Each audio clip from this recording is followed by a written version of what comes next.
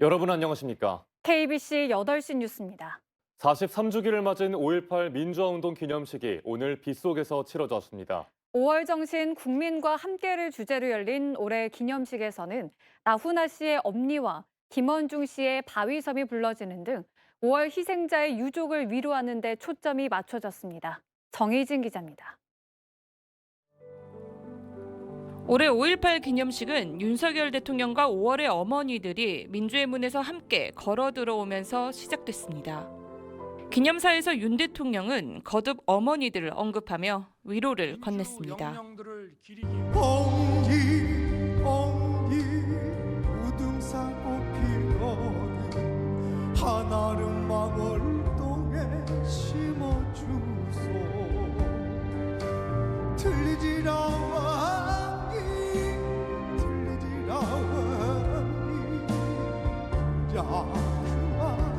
우지 마시오 5.18 당시 계엄군의 군합발에 희생된 시민들을 추모하며 가수 나훈아 씨가 5월의 어머니에게 바쳤던 노래. 신금을 울리는 노랫말 한마디 한마디에 유족들은 빗줄기와 함께 흐르는 눈물을 연신 닦아냈습니다. 고립된 광주를 위로한 노래 바위섬이 흘러나오자 기념식장 곳곳에선 울음소리도 터져나왔습니다. 님을 위한 행진곡 재창과 함께 마무리된 기념식 이후 윤 대통령은 전영진, 김재영, 정윤식 열사의 묘소를 찾아 참배했습니다. 김재영 열사는 지난 42년간 무명 열사로 묻혀 있다가 지난해 유전자 검사를 통해 신원이 확인된 인물입니다. 한편 이번 기념식은 경찰 병력 3천여 명이 배치돼 연회보다 삼엄한 경비와 경호 속에서 치러졌습니다. 5.18 묘지로 향하는 길목부터 민주노총 등 7개 단체 100여 명이 5.18 정신 헌법 전문 수록을 촉구하는 집회를 열었고 민주의 문 앞에선 일부 충돌도 빚어졌습니다. KBC 정의진입니다.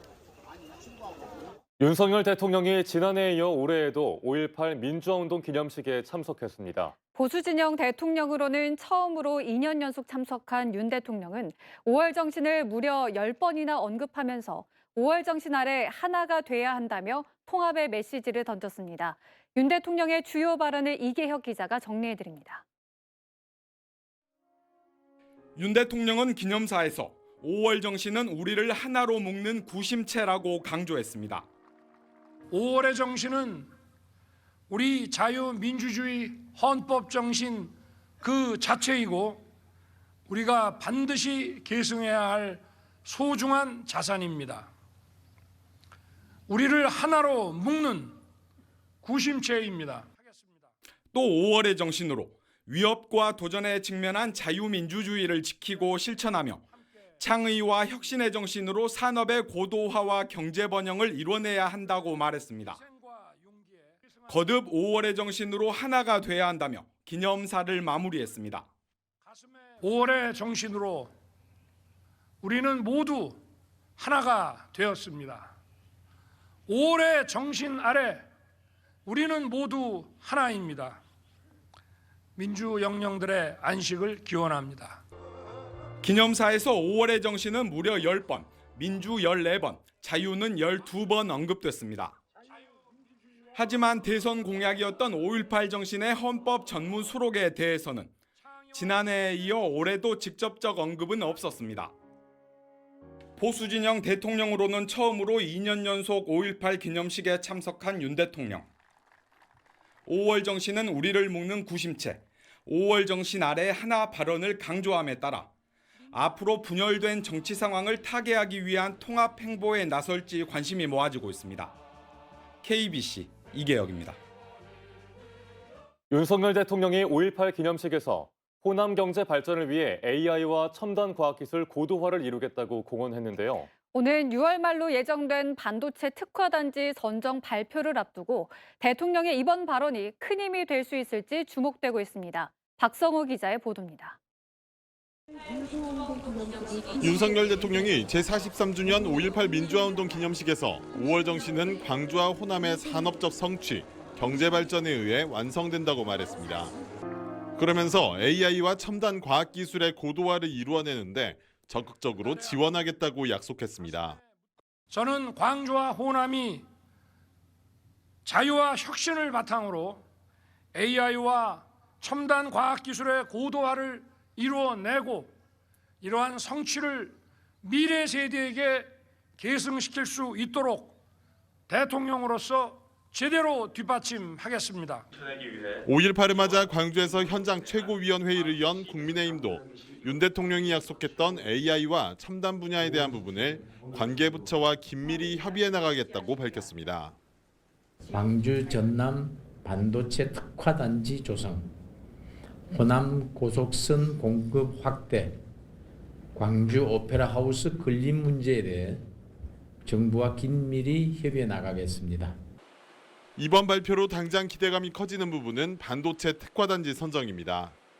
산업통상자원부가 이르면 다음 달 말쯤 반도체 특화단지 선정 지역을 발표할 예정인데 지금까지 10여 개의 지자체가 유치에 나설 정도로 경쟁이 치열합니다.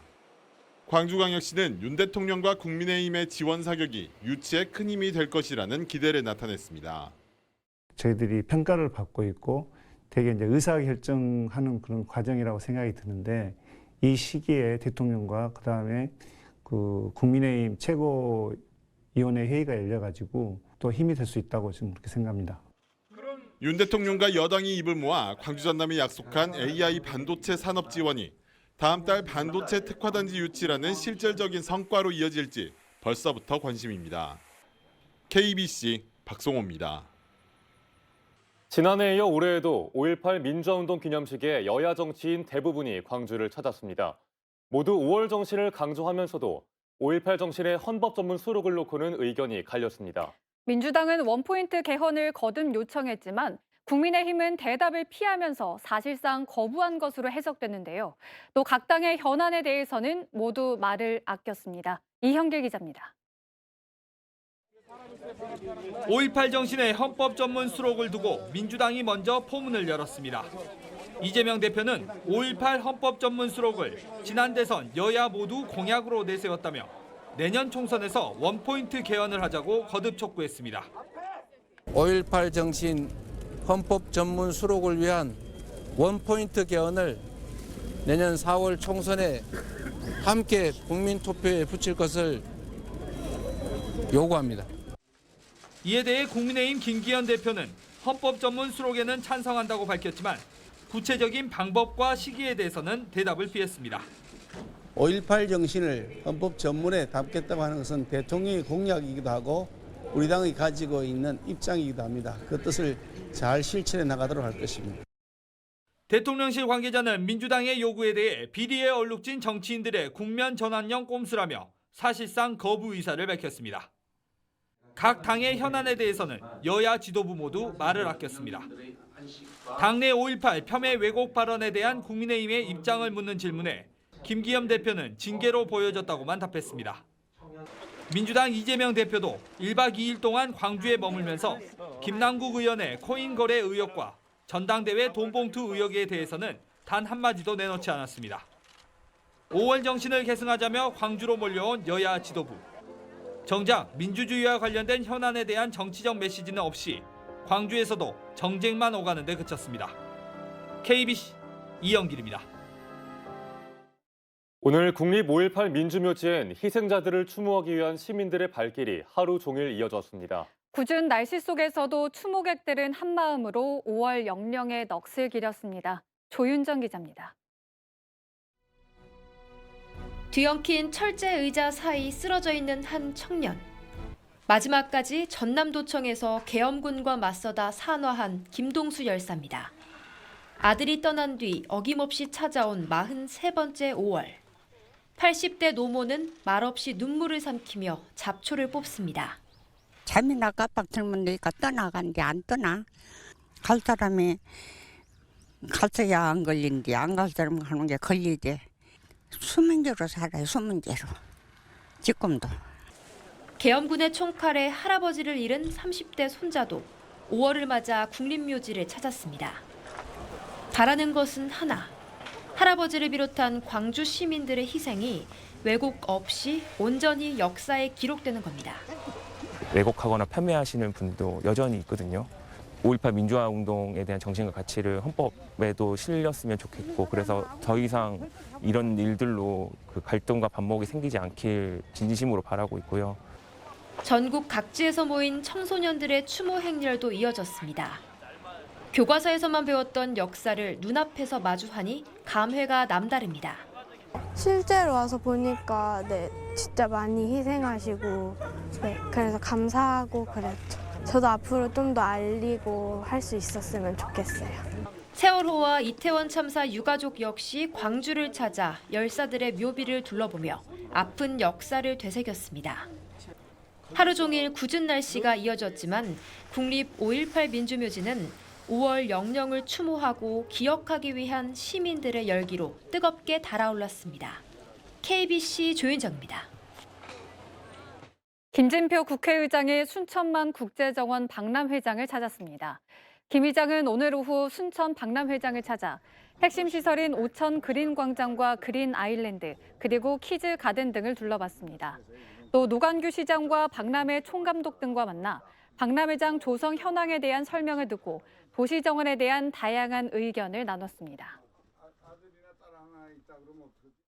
광주와 순천만 국제정원 박람회장을 오가는 버스편이 운행됩니다. 금호고속은 순천만 국제정원 박람회장을 찾는 광주 지역 관람객들의 편의를 위해 오는 26일 부처님 오신 날 연휴부터 매주 금, 토, 일 하루 4차례 광주 종합버스터미널과 순천만 국제정원 박람회장 서문 주차장을 오가는 노선을 운행하기로 했습니다. 한편 지난 4월 1일 개장한 2023 순천만 국제정원 박람회는 개장 40일 만에 관람객 300만 명을 넘어섰습니다. 이주호 사회부총리 겸 교육부 장관이 다문화 교육 주간을 맞아 일선 학교에서 이루어지는 다문화 교육을 둘러봤습니다. 이 부총리는 오늘 전교생의 절반 이상이 다문화 학생인 광주 하남중앙초등학교를 찾아 한국어 수업과 방과 후 과정 등을 참관하고 교직원들에게 다문화 교육을 운영하며 겪었던 어려움 등을 들었습니다. 이 부총리는 다문화 학생들에 대한 한국어와 한국 문화 이해 교육을 강화하는 등 다문화 교육 발전 방향을 수립하겠다고 밝혔습니다. 광주와 전남 간호사회가 내일 간호법에 대한 윤석열 대통령의 거부권 행사에 반발하는 연차 투쟁에 동참합니다. 대한간호협회가 내일 오후 2시 서울 광화문에서 대규모 규탄 대회를 예고한 가운데 광주와 전남 간호사회 소속 간호사 300여 명이 상경 투쟁에 참가할 예정입니다. 간호협회는 지난 16일 윤 대통령이 간호법 제정안에 대해 제2요구권을 행사하자 대리 처방과 대리 수술, 체열과 초음파와 같은 불법 의료 행위에 대한 의사의 지시를 거부하는 등 준법 투쟁을 벌이고 있습니다. 무안군의회가 김영록 전라남도지사의 군공항 수용을 규탄하며 군공항 이전에 대한 반대 입장을 재차 밝혔습니다. 지난 3월 5일 무안군의회 군공항 이전 반대 특위는 성명을 통해 도지사의 대승적인 군공항 수용은 무안군민을 무시한 처사로 납득할 수 없다며 무안군을 배제한 채 민간공항 이전 협약을 파기한 광주광역시와 전라남도는 즉각 사과해야 한다고 반발했습니다. 무안군의회는 지역 간 갈등과 분열을 조장하는 군공항 이전을 추진한다면 좌시하지 않겠다며 군민들과 함께 반대 투쟁을 이어가겠다고 밝혔습니다. 5.18 추모일에 광주와 전남 지역에서 난폭 질주한 폭주족들이 잇따라 경찰에 붙잡혔습니다. 광주 광산경찰서는 어젯밤 11시쯤부터 오늘 새벽 5시까지 광주시 수안동 교차로와 중흥동 교차로에서 난폭 운전을 한 혐의로 폭주족 일당 28명을 붙잡았습니다. 또 새벽 시간대 전남 지역에서도 집단 폭주를 벌인 일당이 경찰에 붙잡혔습니다. 춘천경찰서는 오늘 새벽 1시 30분쯤부터 4시쯤까지 춘천시 연향동과 조례동 일대에서 난폭 운전을 한 폭주족 일당 7명 중 1명을 붙잡아 조사하고 있습니다. 채용 청탁과 함께 금품을 받아 챙긴 환경미화원과 건설업자가 징역형의 집행유예를 선고받았습니다. 광주지법 형사 10단독은 지난 2018년 전남 나주시 환경미화원 채용시험에 응시한 A씨로부터 채용 청탁을 받은 뒤 3,800만 원을 요구해 챙긴 42살 환경미화원에게 징역 10개월의 집행유예 2년, 추징금 3,800만 원을 선고했습니다. 또 지난 2020년 B씨에게 채용 청탁과 함께 2,300만 원을 받은 65살 건설업자에게는 징역 6개월에 집행유예 2년, 추징금 2,300만 원이 선고됐습니다. 불법 촬영물을 빌미로 협박하고 교제를 거부하자 폭력을 휘두른 40대 남성에게 징역형이 선고됐습니다. 광주지법 형사 1부는 지난해 10월 광주의 한 숙박시설에서 피해자와 성관계하는 장면을 불법 촬영한 뒤 영상 캡처본을 보내 협박하고 교제를 거부하자 목을 조리고 흉기를 꺼내 위협한 혐의로 기소된 40살 A씨에게 징역 2년 6개월을 선고했습니다. 재판부는 피해자가 만나주지 않는다는 이유로 협박하고 살해하려 해 엄벌할 필요가 있다며 양형 이유를 밝혔습니다.